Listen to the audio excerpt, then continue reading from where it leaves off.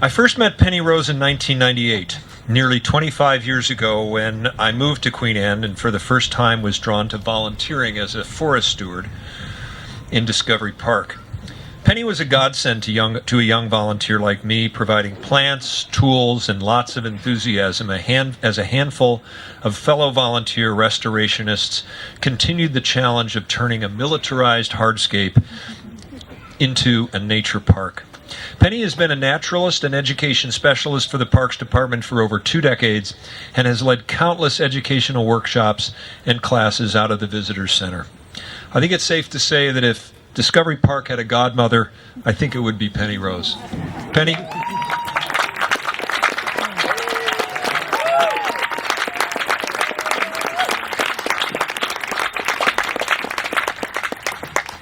Never been called a godmother before.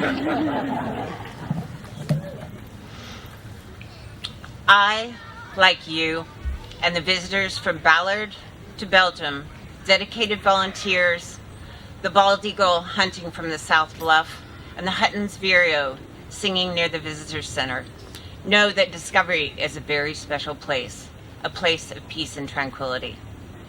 Behind the peace and tranquility of this urban oasis is an energy of innovation that has created so many firsts that have been emulated locally and beyond.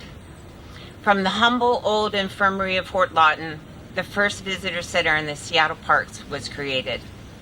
The visitor center provided not only services for the community, but also housed the first ranger naturalist staff.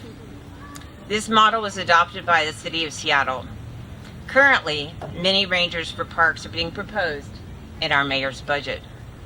The ranger naturalist staff evolved over the years to become a strong environmental education program staff, coordinating innovative opportunities for volunteers, community members, and school students throughout Seattle.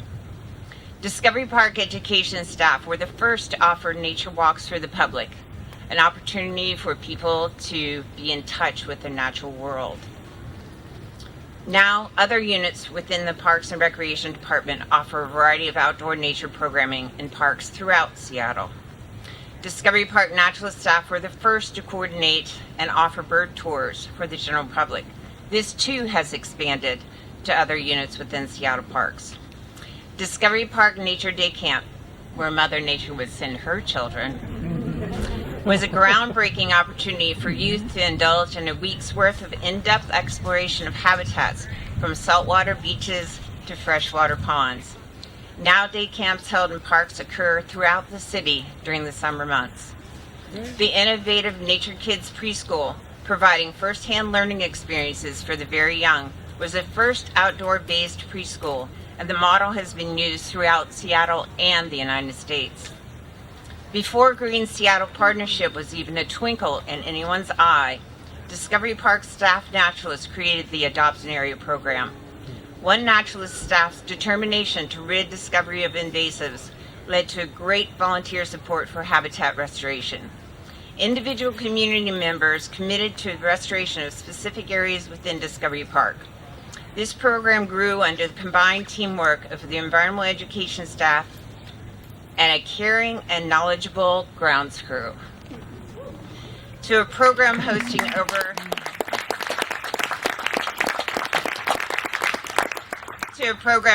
over 70 volunteers dedicated to creating many acres of habitat for wildlife and educational opportunities for students through the Stewardship for Students program. Now GSP and the forest stewards restore habitat throughout the Seattle Park system. Environmental education staff partnered with Seattle World School, a high school for immigrant and refugee students. For 20 years, staff developed and coordinated integrated curriculum for the Summer Science Academy, where students experienced over a month of intense science curriculum, enhancing their academic knowledge, language skills, and familiarity with a new home while engaging with the natural world.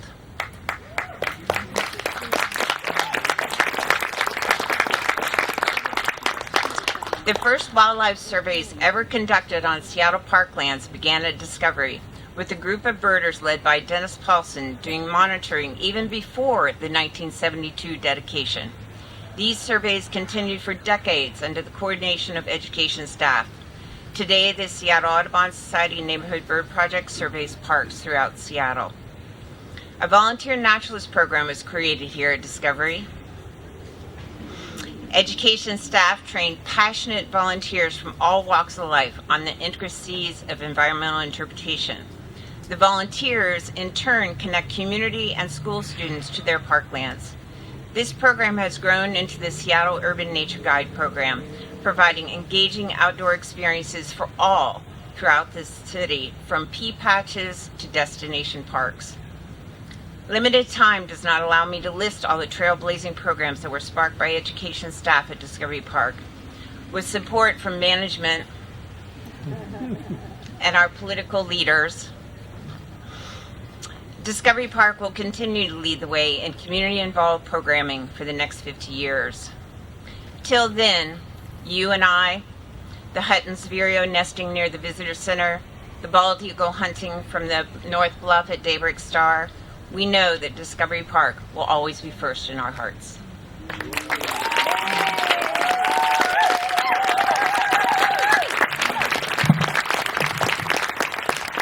Penny Rose.